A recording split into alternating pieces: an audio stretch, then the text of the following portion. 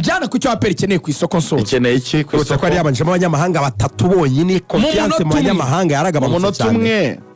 APR yasinyishije iyi message igomba kugera Kimihurura. APR ikeneye iki ku isoko? Ikipe zikize zikomeye ntizidiringa n'abatoza batoza nabi, uramwishyura agataha.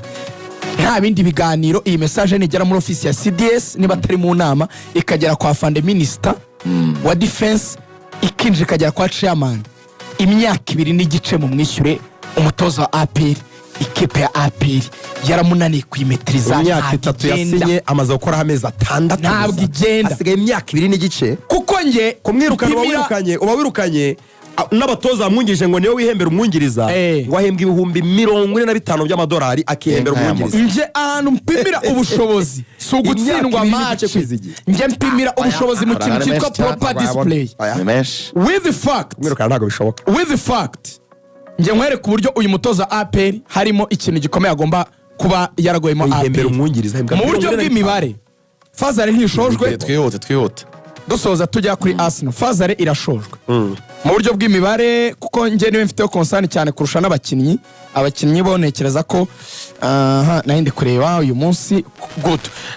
Ndashaka kujya kuri champion y'u Rwanda. Okay, nayigezeho APR. Yes, APR kuri tableau ni ya kabiri, ariko mu nyumvire APR imaze gutsinda ibitego 18 inganye n'amagaju. Bose batsinze ibitego 18. Irabinganya n'amagaju. Unbelievable. APR irusha mu buryo bwo gusatira. Marine ya 10 ndagira ngo yatsinze ibitego byibura 16.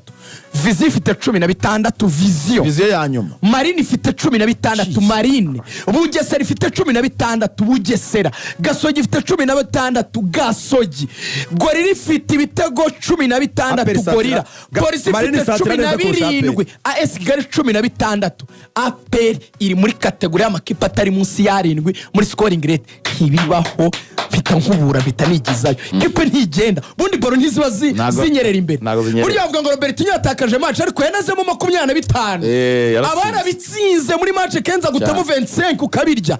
Ubundi kipe itabona ibitego aribyo byazanye abantu ku kibuga. Iyo si proper display. Wambwa ngo yadefanze neza, umupira suko defanda, icyambere ni ibitego. Abafana bagaragaje dissatisfaction kwizigira ku mutoza.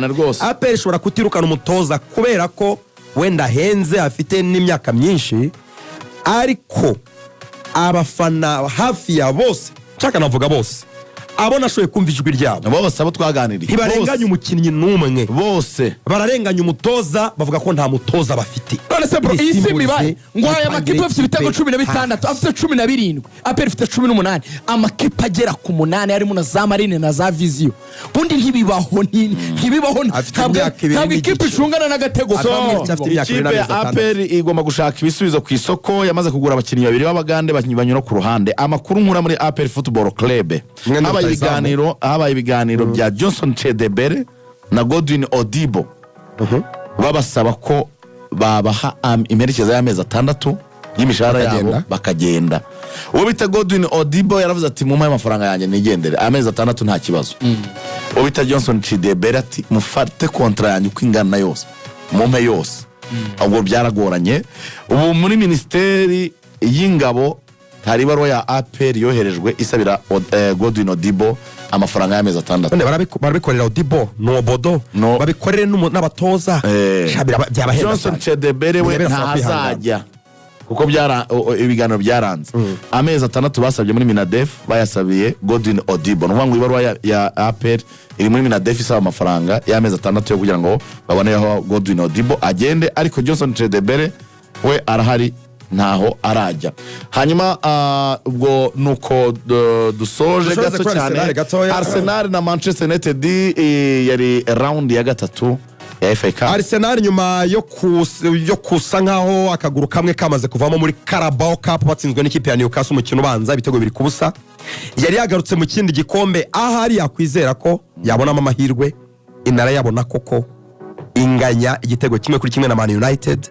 Birangira isezerero binyuze muri penalty yaraswe na Kai Havertz niyo yasezere equipe ya Arsenal. Ariko Arsenal yakinnye iminota myinshi, iminota irenga 30, ari abakinnyi 11 ku 10 inanirwa gutsinda Man United yewe na penalty babonye uwitwa Martin Odegaard ahita mu biganza bya Altay Bayindir. Mikel Arteta mu kubisobanura afite ikibazo gikomeye cyo kuba adahuza n'abakunzi ba Arsenal kumenya ikibazo kiri. Baravuga ngo Mikel Arteta uratwibutsa Arsene Wenger igihe twamaze turira tuvuga ko dukeneye nomero 6 w'urutare uwe atabona ko bamukeneye na Arteta kugeza ubu ngubu ntaremera ko akeneye rutayizamu mu gihe bigaragara ko ikipe ikeneye rutayizamu iratora amashoti nta cyamara nkunganire mu mibare iratera mu izamu ntibijyamo Arsenal byanze twazayigaruka hejo ariko umva Arsenal kuri match ya Newcastle yateye amashoti 23 muri midweek iratsindwa hagati mu cyumweru kuri Man U ifite ikarita y'umutuku bateye amashoti 26 itobi ita shot at goal byibura yerekeza ku izamu ayagiyemo n'ayagiye hanze